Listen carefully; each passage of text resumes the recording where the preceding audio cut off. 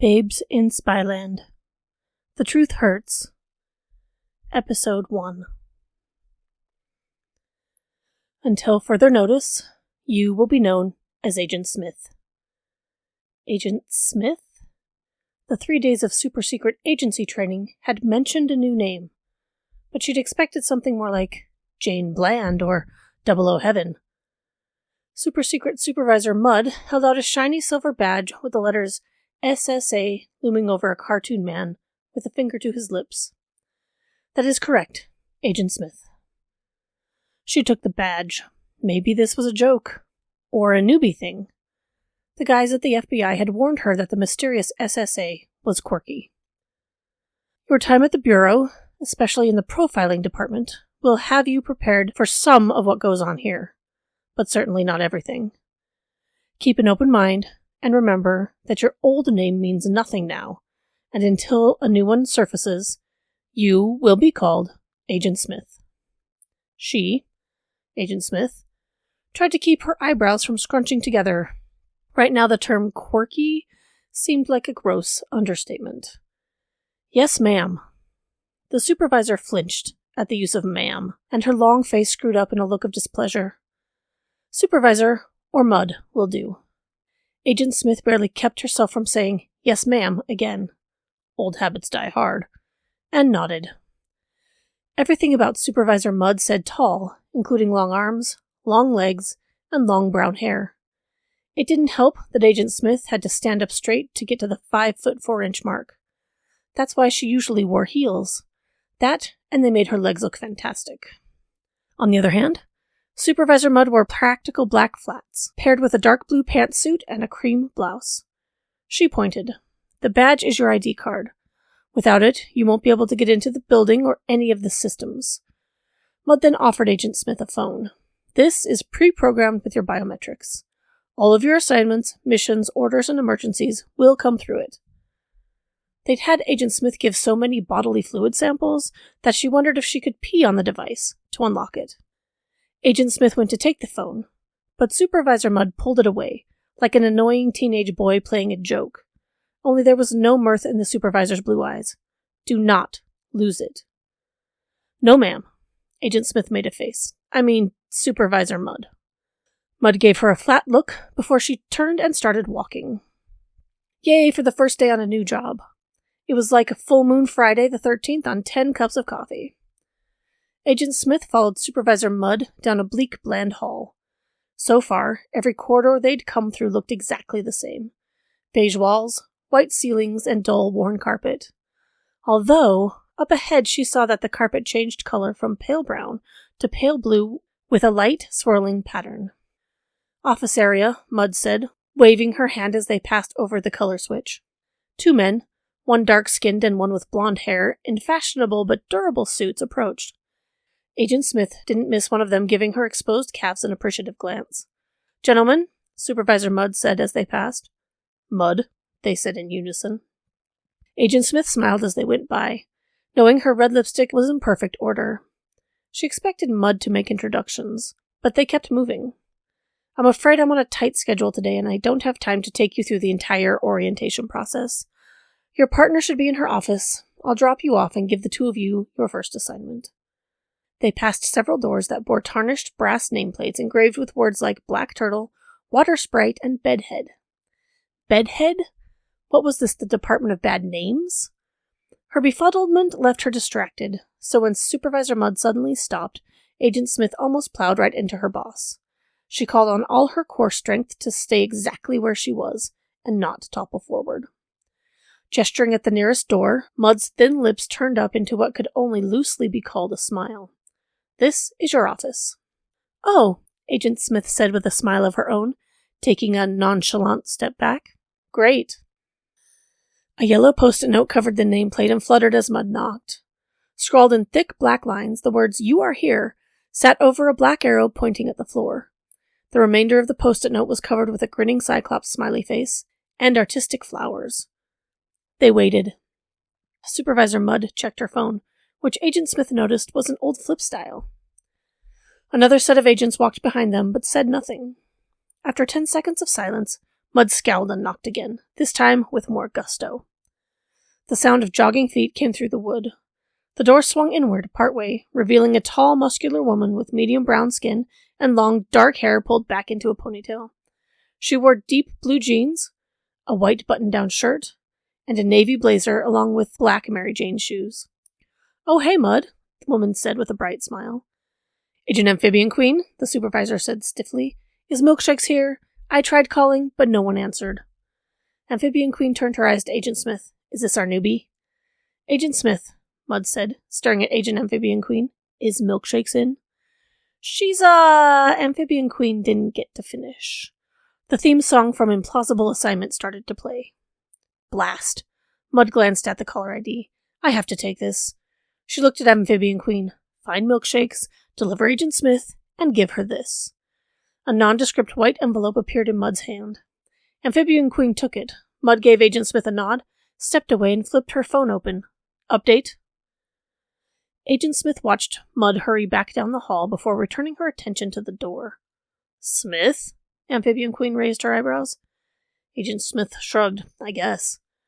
You'd think the most brilliant minds in the country could come up with something more original. Amphibian Queen stepped back and motioned Agent Smith inside.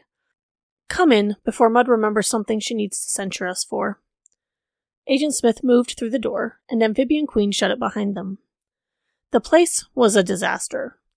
4 desks groaned under the weight of piles and piles of paper, books, folders, which cascaded down onto the floor in places, takeout food containers, half-filled boxes, and a few things she couldn't identify. All of the folders seemed strange, because most agencies had gone paperless a few years before. Amphibian Queen waved Agent Smith forward again. "Milkshakes is in the back." Still following, like a mouse in a maze, Agent Smith kept well clear of the piles that loomed over the aisles. "Through here." Amphibian Queen shoved a stack of folders on the floor with her foot, which miraculously stayed together instead of exploding everywhere. Part of a bookshelf shuddered, shifted back, and then rolled to the side. Super secret agency? Hidden doors? Was this place for real? Agent Smith leaned to get a better look. "Who was it?" a voice asked. "Mud."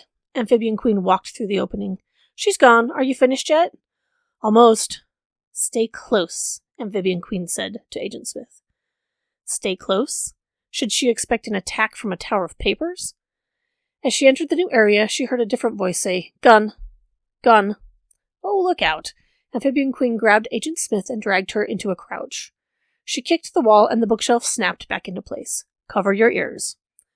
Agent Smith did so. The deafening sound of a gun being fired in a confined space, barely muffled by her hands, rattled her eyeballs inside her skull. Years of training took over, and Agent Smith drew her weapon without thinking. She scanned the area, searching for the owner of the firearm. The room looked as big as the office outside, but instead of desks, it held a small kitchenette, a nasty-colored, but comfy-looking, gold couch, a couple of chairs, and 2 flat-screen televisions mounted on the wall. Agent Smith's jaw hinged open as her eyes settled on a pair of women gathered around a table strewn with cooking and mixing equipment. One of the women, the darker of the two, gave the smoking gun back to a woman with long blonde hair and, well, a rack that guys would drool over even if it was housed in a sweatshirt. She wore cargo pants, a dark shirt, and hiking shoes. At least the name Milkshakes made sense. "Did you get it?" Amphibian Queen asked, pulling her fingers out of her ears. The darker woman nodded, waving her hand above a stainless steel bowl, as if coaxing the smell out of it. Her dark, short, spiky hair flopped in front of one eye. She wore a graphic t-shirt, loose jeans, and canvas high tops. The blonde shook her head. "I still say the secret ingredient isn't gunpowder. It's the fact they know you lick your fingers and stick them back in while you're blending." "Whatever." Amphibian Queen stood. Agent Smith followed suit, gun half raised. "Guys," Agent Amphibian Queen said, "this is our newbie, Agent Smith." Both sets of eyes swiveled at them. "Agent Smith?" The blonde shook her head. "Seriously?" Amphibian Queen shrugged. "This is Mud we're talking about." "True." The shorter, darker woman stepped forward and pointed at Agent Smith. "You're probably not going to need that." Agent Smith blinked and lowered her gun. "Sorry." "I'm Agent Milkshakes," the woman said, holding out a hand and grinning. "Wait." Agent Smith's eyes went to the buxom blonde, then back to the darker woman again as she shook the offered hand. "Your Milkshakes?" "Yep." The names kind of come with the territory. Milkshakes went back to the counter, snatched up the stainless steel bowl, and began pouring the chocolate-colored contents into mugs. She finished and with a grin handed them out. Milkshakes. Agent Smith took the cup. The other two sipped the runny edges out first, both of them smiling. Ah, Amphibian Queen said. Yum, the blonde licked her lips. Go on, Milkshake said, still grinning. Try it, I'm dying for an unbiased opinion. She eyed Milkshakes warily. The other woman stood just a little taller than she did, and her hazel eyes glittered with mischief. Gunpowder milkshake? She asked. Chocolate gunpowder, Milkshakes corrected, tipping back her head and drinking some of her own concoction. The small, paranoid voice that always resided in Agent Smith's mind warned her not to drink it, but she shrugged it off. She would probably live through any hazing they did here. Better to get it over with, so she raised her glass and took a sip. Vanilla ice cream, with cocoa powder of some sort. Milk, malt, delicious. She said, rolling the liquid around in her mouth for a second before swallowing, savoring the flavor. That is good. Milkshake's smile widened. The other two laughed and moved to stand facing Agent Smith. This is my partner, Amphibian Queen pointed at the blonde. Agent Bunnynose, one of our best hand-to-hand combat experts. Bunnynose pointed back. And this is Amphibian Queen, best party thrower this side of the pond. They looked at each other and laughed. An inside joke, baby. Bunnynose jerked her head toward Agent Smith's gun. You're quick with that. Where were you before this? She shrugged. FBI. Some undercover work with terrorist cells, prisoner guilds, and ugly sweater shows, along with profiling. The other three women flinched when she said ugly sweater shows. Milkshake raised her glass. You have our sympathy. Thanks. Agent Smith found the camaraderie among the three women both comforting and disconcerting. Would she mess it up? Would she fit in? Would they lock her back here and make her do all of their paperwork for a month? And what kind of women made milkshakes with gunpowder? How did you find out about the SSA? Bunnynose asked. Agent Smith took a breath.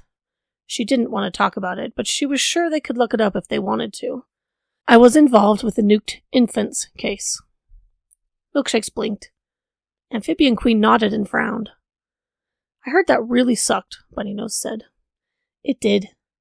Agent Smith silently willed them not to ask about it. As if she'd heard Agent Smith's plea, Amphibian Queen handed the envelope Mud had given her over to Milkshakes. Ah, Milkshakes said, licking the mustache of ice cream from her top lip. First orders. She shoved the envelope at Agent Smith. You should do the honors. Agent Smith took it and looked at her new co-workers one at a time. Was it her imagination, or were they all trying to suppress a wicked grin? Better do it fast, Milkshake said. They seem to get worse the longer you let them sit. Mud told me all orders would come through my phone. Agent Smith held up the device. Not first orders. Milkshake waved a hand impatiently. Agent Smith looked down. She felt as if opening it would be sealing her fate in this crazy, mad place. Then again, after her last year at the FBI, maybe a little of this kind of crazy was just what she needed. This was a place to go to stop bad guys before they struck. She wanted to be here. She needed to be here. Sticking her finger under the lip, she ripped the top of the envelope open. A single piece of plain copy paper was folded neatly inside. She pulled it out and found 3 words scrawled in thick black lines. She read them aloud. Mad Scientist Patrol. Milkshake scowled. Of course. Agent Amphibian Queen almost snorted ice cream out her nose. Bunnynose shook her head and patted Agent Smith on the shoulder. Good luck with that.